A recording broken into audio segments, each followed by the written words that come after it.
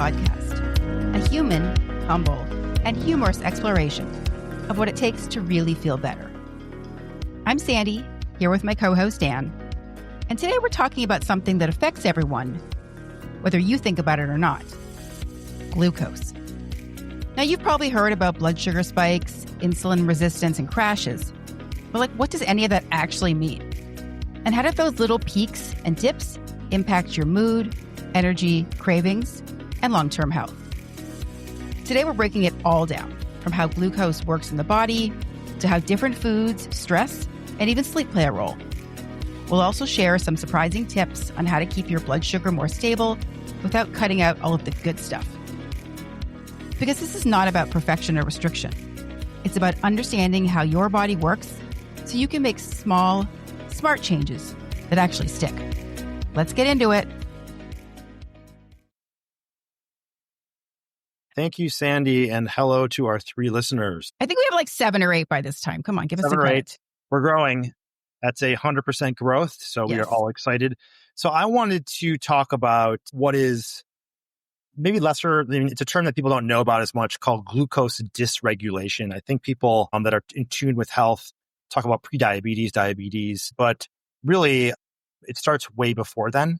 And this term we should really be focusing on is glucose dysregulation. Again, I'm not a doctor, have taken, interestingly enough, this course at the University of Copenhagen on global diabetes, only because I think as far as metabolic syndrome goes and metabolism, I think glucose is a very, very important part of that. So insofar as just my personal learnings as a layperson, I want to share what I've done and what I've seen, and hopefully there's some things that resonate with you here. Yes, I just want to make sure that we get our disclaimer in because we're not here to get sued. So for everyone listening, the Health Hunt podcast is for informational and entertainment purposes only. We're not medical professionals, and nothing shared should be considered medical advice. Always consult your healthcare provider before making changes to your health. There you go. Well read and well said. Okay. So let's just first start with diabetes.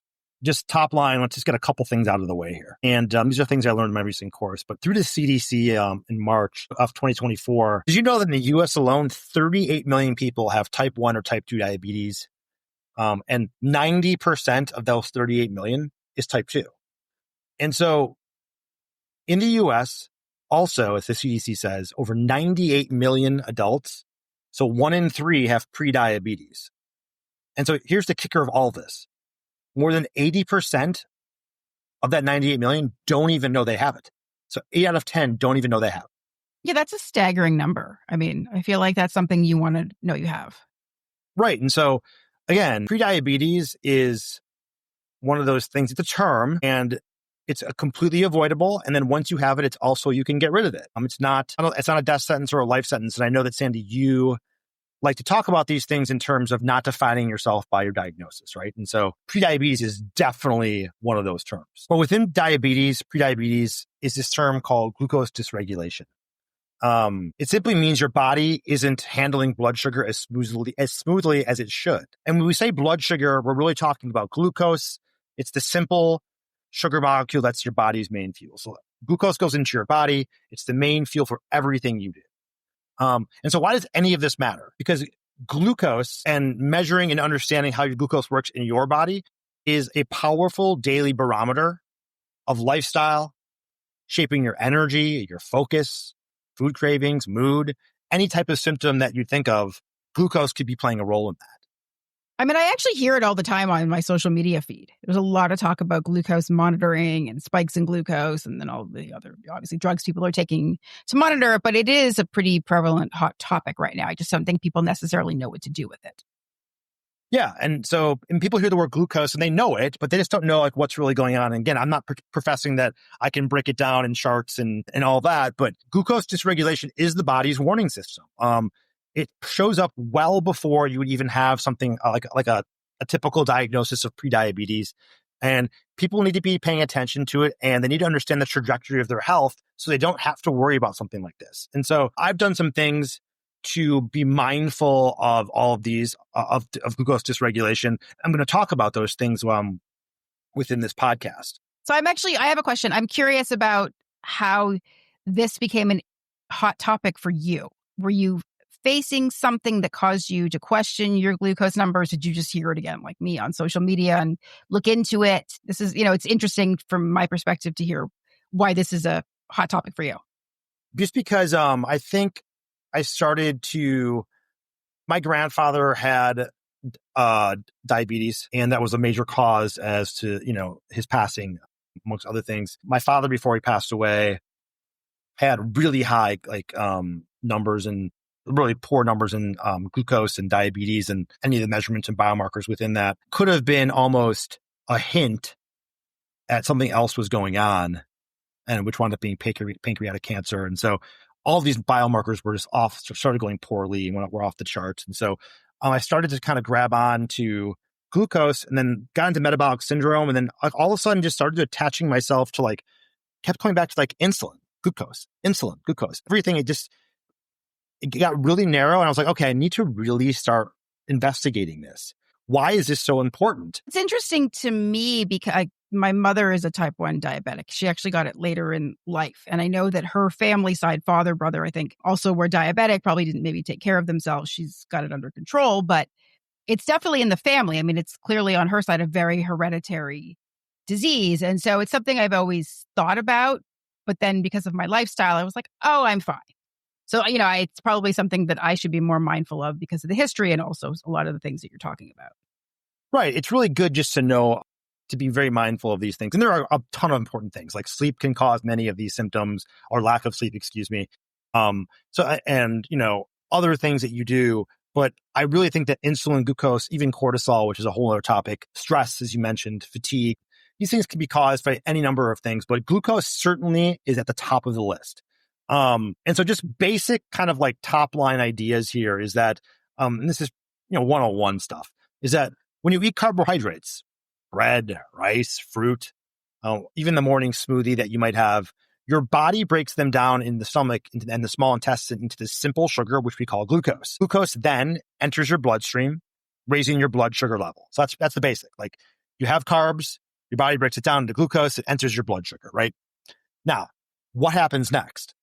Well, your pancreas, it's like, oh, wow, we got some glucose here, right? And pancreas, by the way, is an organ that sits behind your stomach. And it constantly monitors how much glucose is in your blood and what glucose is floating around. And so your pancreas says, whoa, we got some glucose here. You just had a bunch of strawberries. We need to release this hormone called insulin. So your pancreas is then, with a really small organ, I guess, releases insulin. And it's super important that it does this. Super important. And so what does the insulin do? The insulin travels throughout your blood and it unlocks your body's cell. So it opens the key to your cell, especially in your muscles, your liver, your fatty tissues, and it allows glucose to absorb into the cell so that the cell has energy. It's basically, it's your furnace. It keeps you going. Okay, so we want the glucose. This is not, I think that's maybe the thing that people in their minds think you want to have less things that cause a glucose spike or whatever it is. The issue is not the glucose because you need it. The issue is you need your pancreas to be producing insulin.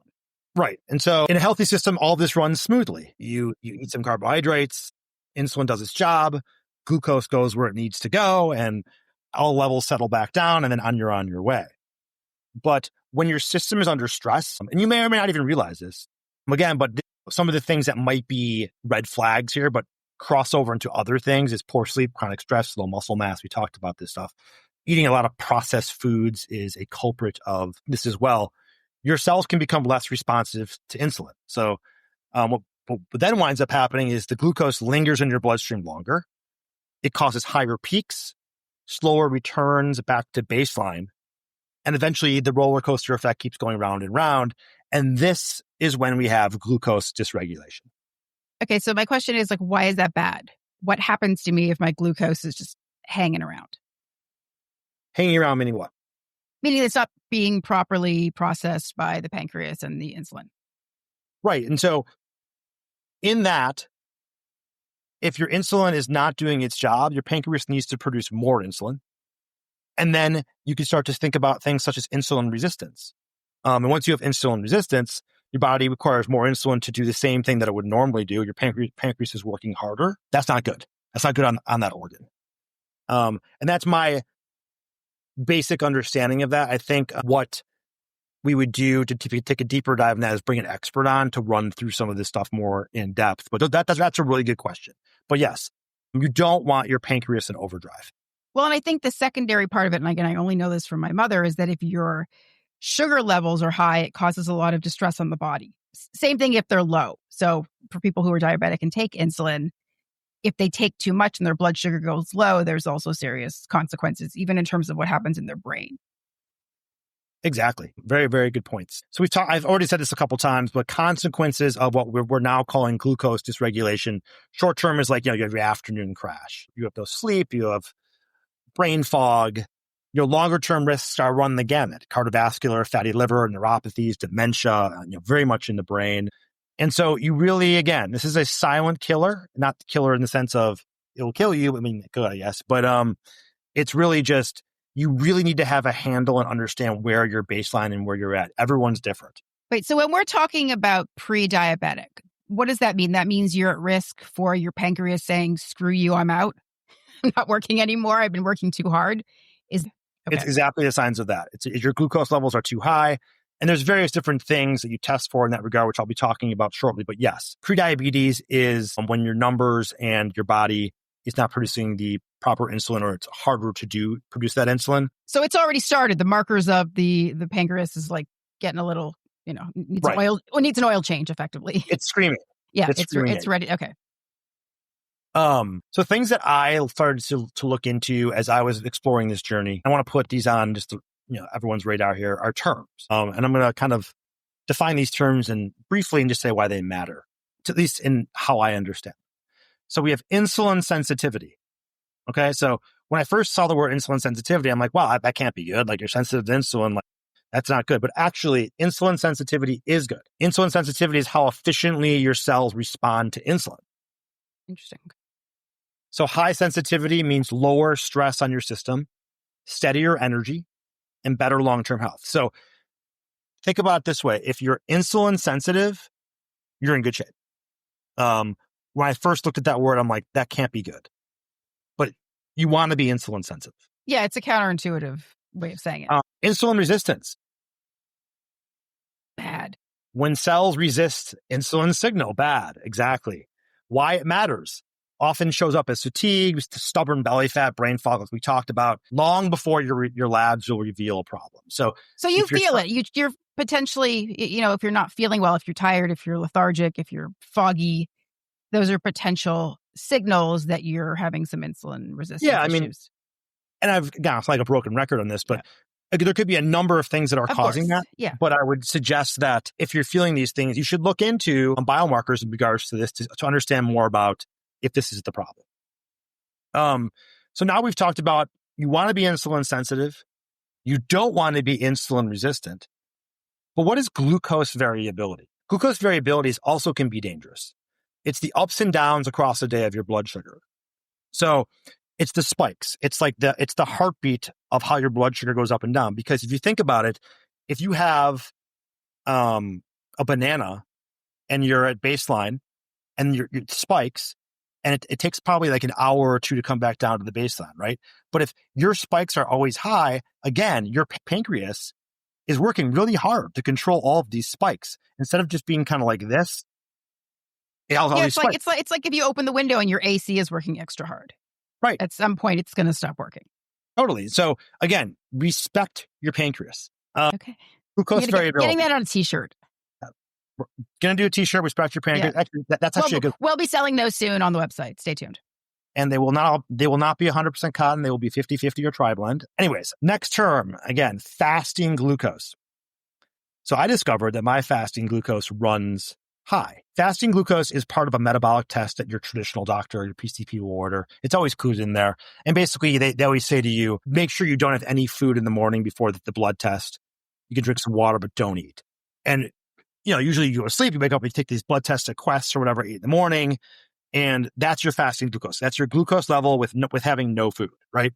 So is that your baseline essentially then? That's essentially your baseline. And this is, as I understand it, again, please, I know, you're not a doctor. Not a doctor. But why that's important is because, forget even why that's important. It's just that Well, basically, if your fasting glucose is high, it's an indicator that you're idling hot, meaning how your baseline is already high. And so it is oftentimes discussed as a warning sign. You want to have it below 100, but in traditional medicine, but my understanding is in functional integrated medicine where the windows close on these ranges, you want to actually have it below like 85. I gotta go check my mine tests. Mine is literally a 97 every time I go. So it's like, yeah, you don't have no wiggle room really for no wiggle room. So then if things haven't gotten entirely confusing to you, we have this last test called the A1C. I've heard of that. Of course, A1C is always thrown on. I feel like, you're watching television and someone's dancing to a new drug that's helping your A1C. Yes. I could probably sing a song. Yes, that is a buzzword. Absolutely. I think it's a hashtag. Lowering my A1. Yeah. Yes, there you go. Right. So you'll see it on TV. That's, one of the things. There are drugs everywhere to be addressing this. Now, what is your A1C? Your A1C is your glucose level over 90 days. It's the 90-day snapshot of your glucose. It's the scoreboard of your lifestyle, right? And so this is important because it doesn't tell you, a fasting glucose tells you what your glucose is that morning, but an A1C tells you what it is over 90 days. I'm going to talk about, there's a paradox here that I'm going to talk about in a second that people should be mindful of. But we've just run through a couple terms here. We want to be insulin sensitive. We do not want to be insulin resistant. Glucose variability, we want to keep that really low. You don't want that pancreas working overtime. Fasting glucose, we want to keep that's your idling. We want to keep that low because that's how you idle during the day. And your A1C is just a snapshot over 90 days. So are these tests people should go to their doctor, if they're concerned or history or whatever, they should go to their doctor and maybe ask for these particular tests? I mean, I'm assuming the A1C is a monitoring, and we'll get into that. But Danny, funny that you asked, because now I'm going to talk about tests. Excellent. So the A1C, I get my A1C tested quarterly. I think it's a very important barometer for me, given that my grandfather had diabetes and that my dad later in life had it. Again, long-term scoreboard here. My A1C always comes in around between 5 and 5.2. 5.7 is my understanding becomes pre-diabetic. But 5.2, 5.7 is a long way. It's not like they're close in numbers, but they're a long way in lab results. You know what I'm saying? Okay. Yes. So maybe 80% or 70% of 100 kind of thing. Yeah. And so you'd have to do a lot to go from a 5.2 to 5.7 in 3 months, is my understanding. So fasting glucose, we talked about this. This is the test you take in the morning with your blood sugar when you're fasted. This is typically a part of a traditional metabolic panel your doctor will order. I do this twice a year. You don't need to be doing it twice a year, but I'm very proactive about it. And this is also another important test. But as I'll talk about in a second, there's an interesting paradox here. So there's a couple other tests that are important, some that I haven't done. There's one called the OGTT test. It's the oral glucose tolerance test. I haven't done this in years, but basically you walk into a lab, they make you drink this solution of sugar, and then your body clears it, and it measures the glucose based on how your body reacts to that sugar. Sorry, I'm still curious about the A1C. Is that where is this where continuous glucose monitors come in? Because I'm assuming you're not going to go get a blood test every day for 90 days. Right. A1C plays into glucose monitor, but they're not working hand in hand necessarily. But how do you take a barometer over a 90-day period without regular testing? So we'll get to that. Okay. Hold that question you're asking. Okay. Next test is the fasting insulin and HOMA-IR. This measures baseline insulin levels and calculates how resistant your cells are to insulin signal. Again, these are deeper tests. I haven't taken these tests. I know they're talked about in medical circles. One test I have taken is the insulin intact test. It's not included in your traditional medical workup. This is a highly sensitive test using, I guess, spectrometry. Don't even know what that means, to measure the intact insulin molecules circulating in your blood. So why it matters? Why does that's a lot. That's Why am I talking like very, very sciencey? But I'm also wondering too, is that telling you something that another test is not? Sometimes a test will tell you something, but it's actually, we'll discuss this maybe with cholesterol, but it's not always the marker that it seems to be. Right. That's a really good point. I think you really actually made the point is this test shows how hard your pancreas is working to keep your glucose in check. Okay. So that seems important because we talked about how we don't want an overworked pancreas. Yeah. Many, many experts consider this to be a very critical biomarker in how, what your glucose dysregulation might be and how you're in your health in this regard. Mine is a 6 and you ideally want a 6 or below. So I'm in line here. Am I optimal and perfect? No, but I'm doing okay here. Then there's an insulin resistance score, which is a makeup of various different portions of the tests I just talked about. It's like a number they come up with. We don't have to deep dive into that. But here's the paradox of all of these tests. Okay. And this should make sense, but if you have any questions, we can talk about it. You could have an elevated fasting glucose, but have a completely normal A1. Okay, so don't freak out if you have an elevated fasting So glucose. what are we saying here? We're saying, okay, you're idling hot, but over 90 days, you're doing great. Kind of confusing, right? Like, how do we square this circle, right? So I haven't gotten an answer to this in the sense of like, what's the answer? What's like the solution to this? Like why this is happening?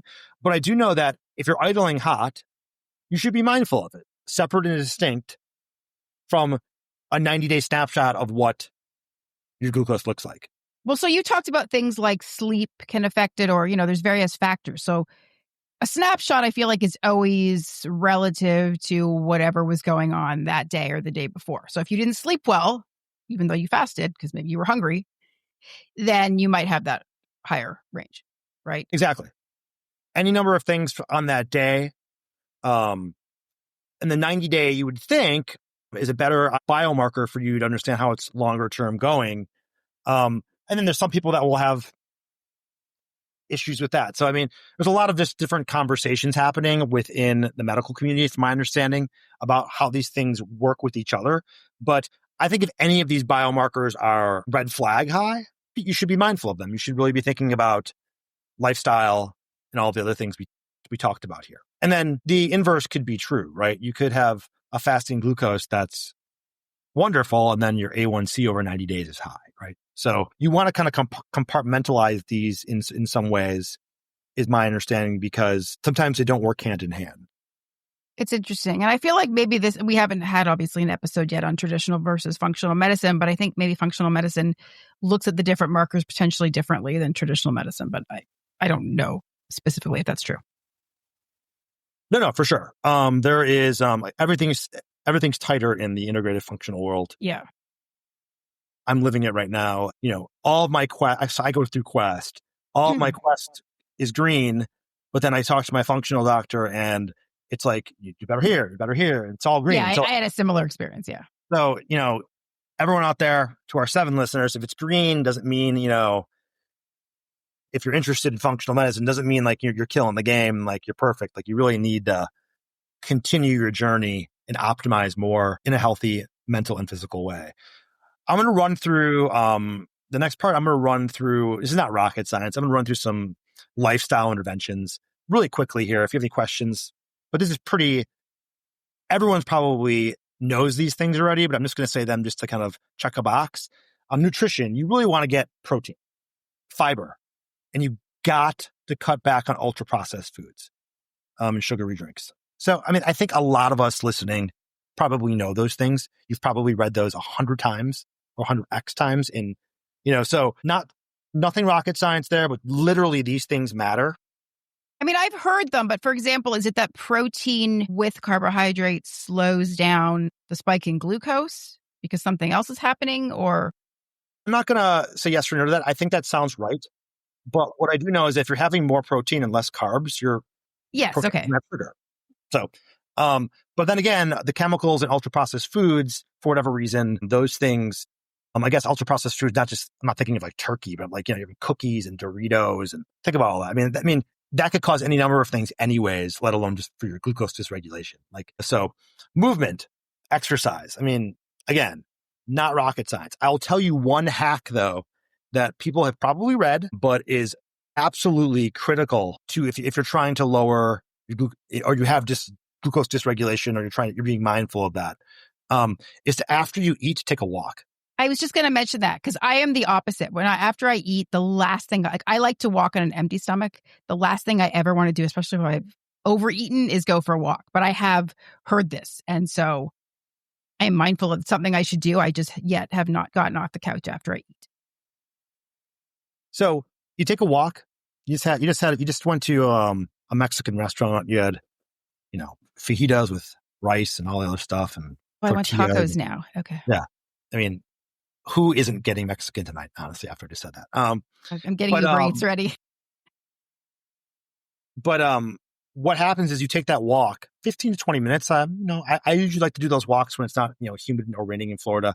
Your muscle cells start taking in the glucose directly from your bloodstream, and they use it for energy. So this happens without even insulin coming from the pancreas. So your muscle cells are starting to grab your glucose. That's why working out is important, right? And so again, to talk about the science in depth behind that, we'd have a medical expert on here, but that is my general understanding of that. So whether I'm right or wrong, right there, taking a walk after you eat is right. Full stop. Okay. Now, sleep and stress, we talk about sleep. Could sleep be the biggest culprit in the room out of anything that is going on with someone's medical issues? Possibly. Well, my pancreas is probably shutting down as we speak because I am not getting a lot of sleep. I have dog issues, and that's for another show. So very simply, my understanding here is when you are sleep deprived, your body is in mini flight or fight mode constantly. Yeah, I think with all your organs. We need sleep. So your cortisol is rising, and these are not good things. And so good sleep is important, obviously. And so the last part of this, which I'm going to seamlessly go into, is the continuous glucose monitor and tracking your progress. So let's talk about continuous glucose monitoring. It's something I've done 3 or 4 times. The first time I used the device, I put it on the back of my arm improperly, got a huge bruise, thought these things are more destructive than they are helpful, never doing this again. But then got over my PTSD and actually put one on. It was a Freestyle Libre, and it's you put it on and it's you're transported into this virtual reality world, this gamified world where you are so in touch with your body. And these are the same things that actual diabetics use, correct? There's not a special category for people who are just, checking this out. This is the same device. Right. You're starting to see people use these more recreationally that care about everything we're talking about today. But people that have type 1 or have serious cases of diabetes or whatever, so on and so forth, are constantly obviously wearing these things.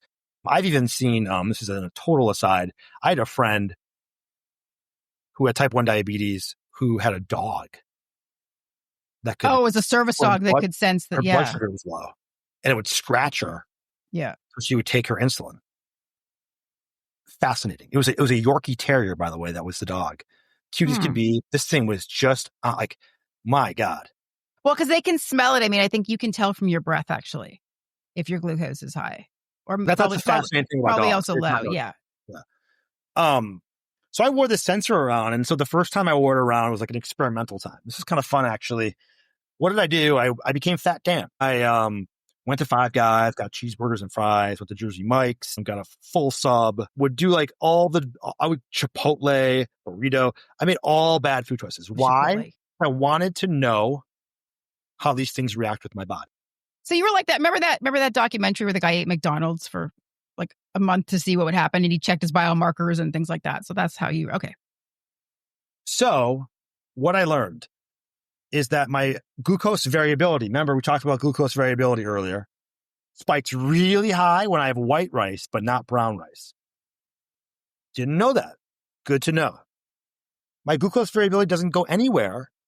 It's very stable when I have raspberries, blueberries, or blackberries. Well, those are low glycemic index fruits. So if you had, for example, watermelon or pineapple or banana, those are, that's... So validation of just what you just said. Could someone's body think of them differently and handle them differently? Maybe. But mine validated that. When I went to Jimmy John's to get a sub, I forgot Jimmy John's. Yeah, we had some variability, but it went back down. But when I went to Jersey Mike's, my glucose variability was off the charts. And what was different about those subs? I mean, I'm assuming that the highest part of the glucose would be from the bread, but then maybe the sauces or... Maybe their bread. I don't know. Interesting. And so I think you start to learn about your body. And the thing that you don't want to do is it's fun to gamify it, but you don't want to get obsessive about it. Because what happens is like, and this can be annoying, is that every time it spikes, like, so I think every time it goes above 140 or it spikes higher than 140, it makes a noise. My dogs are going to fight. They're reactive to sounds. Like, oh yeah. So it makes a noise. It's all of a sudden you're like, oh, phone's beeping, whatever. And like, so you don't want that sound to happen. Like a natural human being doesn't want to get to that level. And so, it gamifies and, it actually makes you want to eat better because you're scared of the beep. Right. I mean, it's conditioning. It's like Pavlov's dog. Again, I'm talking about dogs, but that's the thing. You're being conditioned. So it's like you're getting almost an electric shock. Don't eat that. This is fun. I actually want a glucose monitor now. I might get one and report back. You should. I recommend everyone try it at least once. And if you ever really want an excuse to eat all the crap you can eat, like just put it on and have fun at it and see how your body reacts to stuff, pizza, whatever. And then you have an idea. You have a better idea of how, because you may not even you don't feel really, I mean, maybe you could, a glucose spike, but it's happening. It's not like, I have a spike and all of a sudden, like, I'm like, oh my God, I just turn over and fall asleep. Like, well, that does happen to me. I'm very sensitive to foods and things like that. And so after I eat, that's why it's hard for me to go for a walk because I'm in a coma. It doesn't sometimes even matter if I eat a bowl of fruit, which again would be potentially high glucose, but so that's something to be mindful of. That's an interesting experiment that I'm probably going to have to try and report back on. Yeah. And so, my glucose variability was all over the place when I was eating. And so it's good to know. It's good to know that, I'm really I'm making my pancreas work overtime and I shouldn't be doing that. Even though some of the other biomarkers are really good, I need to be mindful. I'm in my 40s now that like, I can't disrespect myself this way. And I need to improve how I eat cleaner or at least know what I'm putting in my body and what it might be doing. In regards to glucose and insulin. I will say there's for sure one company, it's called Levels. If you go to Levels, they are actually doing exactly this. You can get the app, you get your CGM, they send it to you, and it's like a whole lifestyle company based on just this. So they're geared towards the non-diabetic community, right. People who are interested in money. And by the way, we're not sponsored by Levels, but if they want to sponsor us, we are here. Hey, Levels. They are a great company, and I have listened to Dr. Casey Means, who's one of the founders. She's extremely bright. They do quite well, and I think they're filling a massive gap. And there are other companies coming into space, like even like Stello. I forgot who makes Stello. Stello is a CGM. It's one of the first over-the-counter CGMs. So one of the problems and we'll have a whole healthcare episode coming up, but one of the problems was with CGMs is that you had to get a prescription to get one. Oh, so you interesting. You can't just go get one. Okay. Well, now you can. Okay. Now, absolutely you can. But up until a certain point, and I'm not saying like it was like 6 months ago, but like a year ago, or maybe you had to get a prescription to get these. And it's like, what are we doing here? People should want to have these on to understand their health. I can't understand why that would be regulated in terms of needing a prescription, but okay. So, another topic. So there are a couple supplements that you can take. There are many probably, but the two that have crossed my radar are berberine. I don't even know what berberine does, but I will tell you that a lot of the key opinion leaders in the space recommend it. I don't know doses or anything, but I haven't heard of berberine very much. But I mean, are you familiar with berberine? I mean, it sounds, maybe if I saw it in writing, as you're saying it, it's not that familiar. And I feel like I know all the supplements, but no. And so the premise of taking that is to keep yourself regulated, or is that for people who are in a high range? I think it supports insulin sensitivity. I think it keeps you optimal. Interesting. I think like the comparable prescription drug is metformin. Yeah. I'm not dissing metformin and berberine are like buddies, but like, or protagonist, antagonist, but I think berberine tries to, in the supplement facet, support your insulin sensitivity. Again, we talked about insulin sensitivity earlier. That's good. You want to be insulin sensitive. One probiotic that I take, though, probiotics in mind-gut, is important with glucose and glucose dysregulation is Akkermansia. Yes, I take that too. Okay. It's a strain through Pendulum Therapeutics. Yes. They have something called glucose control. I've been taking this for a bunch of years. And there are actually studies that Pendulum Therapeutics has done that show that it reduces your A1C and glucose variability by a statistical amount that actually is non-trivial. And so it's worked for me. I mean, at least I think it has. And it's, again, the company's Pendulum Therapeutics. Again, we're not sponsored by them either, but I would love to have a sponsor from there. They are a very impressive company. I've been excited about them for years. Yeah, I take a couple of their supplements. And I know they actually have a GLP-1 related probiotic that, it's supposed to supplement for all of the weight loss drugs and things like that. And I know that the Akkermansia, it's an important probiotic or microorganism, whatever, gut bacteria that's not in a lot of the other probiotics. So. Exactly. Well said. 100% right. Probably a great time to simply plug our Full Script store. We have a Full Script store. You can get all of these supplements on that Full Script store. We'll put that in the show notes for you in case you want steep discounts on premium products only recommended by doctors. And we will also have an episode to explain why you would want to order from Full Script and some different things about supplements, but that's for a future episode. So I hope this episode was helpful in introducing terms to people so they can start to look into glucose, insulin, testing, ways to improve their lifestyle. These are just terms and topics we're bringing up for people to get smarter and to ask more questions. And we'd love to hear back from the community. And I'll just close with glucose isn't just about diabetes, as I said earlier. It's a dashboard of how your body basically is handling life. You have spikes, crashes, sleep, stress, nutrition, all of these things you're trying to optimize in a crazy world. all the things. Yeah. In a crazy world that we live in, right? And so stable glucose means steady energy, focus, even better sleep. But here's the biggest truth about all of this is that glucose dysregulation is not a life sentence. It is simply feedback. And that feedback can be changed by how you react to all of these things. So you're saying if your pancreas hates you, you can make friends with it again? You can. Good to know. And you want to. You can repair that relationship. And you want to. Everyone out there, just get to know your numbers. Take your lab tests, ask questions, learn about your baselines, get a CGM on, learn about how your body reacts to foods. Take small, consistent steps because your metabolism is not fixed. It's completely adaptable. You can reverse the trend and you can take control of your metabolic story. So just get moving. And I hope this was helpful. And thanks for your time, everyone. You've been listening to the Health Hunt podcast, where we chase clues to better health. If today's episode sparks something, share it with a friend or in your group chat. I hate group chats, but I know some people like them. We hope this episode helped you see glucose in a new light, not as the enemy, but as a key part of the bigger health picture.